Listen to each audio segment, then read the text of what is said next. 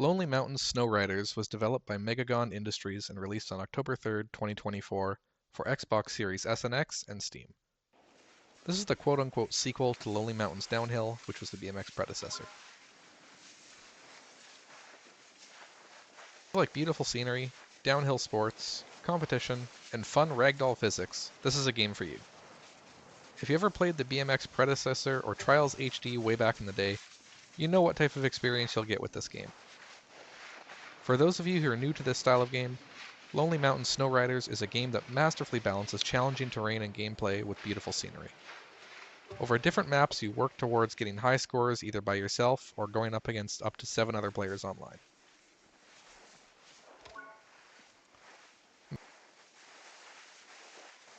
Outside of going downhill on skis and getting high scores, playing with friends, exploring maps, all that fun stuff that you can expect from this type of game, there isn't a lot to explain with mechanics, so I'll let you kind of explore that for yourself. Control-wise, this is a simplistic game. The game begins with a cute little tutorial walking you through the basics of navigating the slopes and how to perform basic tricks. It also shows you just how unforgiving the difficulty of this game can be. Other than learning a quick few different reasons as to why you need to press buttons for various different reasons, there wasn't much else to learn when it came to the controls.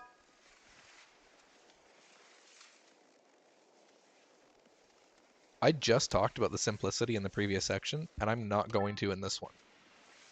This is a challenging game, both in terms of getting high scores and navigating the obstacles that get thrown into your face, oftentimes quite literally. During my first few runs of this game, I learned that the hard way as I kept unintentionally smacking into obstacles and absolutely fucking launching myself off of cliffs that I was hoping would be shortcuts.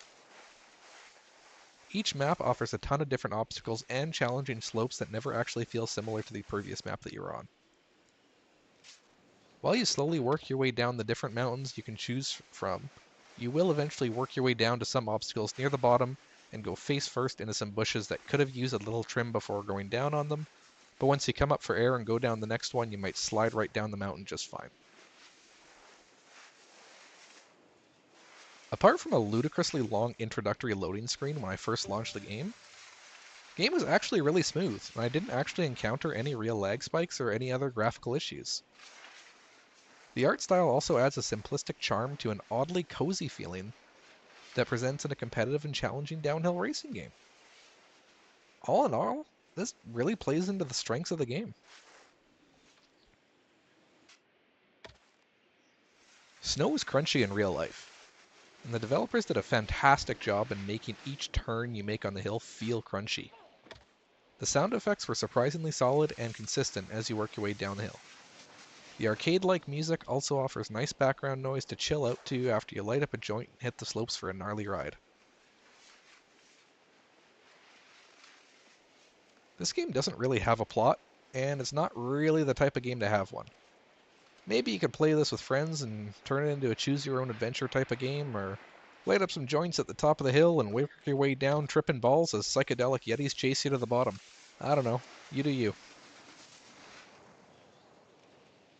Developing your glutes and thighs as you haul ass downhill on skis whilst praying to whatever god or gods you believe in that you don't crash into any obstacles you encounter is just about how deep the character development is. There's some fun customization options for your pixelated comrade and their skis, which is a nice incentive to continue your journey. Other than that though, this competitive ragdoll sports game isn't actually meant to have in-depth character development, and that's just fine. Whether you want to play solo or go up against friends or other online folks, this game offers a ton of replayability. There are different slopes to choose from, different challenges to complete, a few customizable options, and enough routes to take on each map that you can spend several hours exploring each of the maps independently. Overall, Lonely Mountain Snow Riders is a cathartic experience that offers beautiful scenery and music along with the perfect blend of cozy and challenging gameplay. Whether you want to play this game by yourself or hop into a multiplayer session, this game offers players with a wonderful experience that I would highly recommend that you try out. While I would like to see more customization options and some different types of outfits for your characters, along with the odd camera issues depending on where your character is on the map relative to the direction you're supposed to be going, this was an incredibly fun experience. This is a solid 7 out of 10 for me. Thanks for watching. I'll see you in the next video.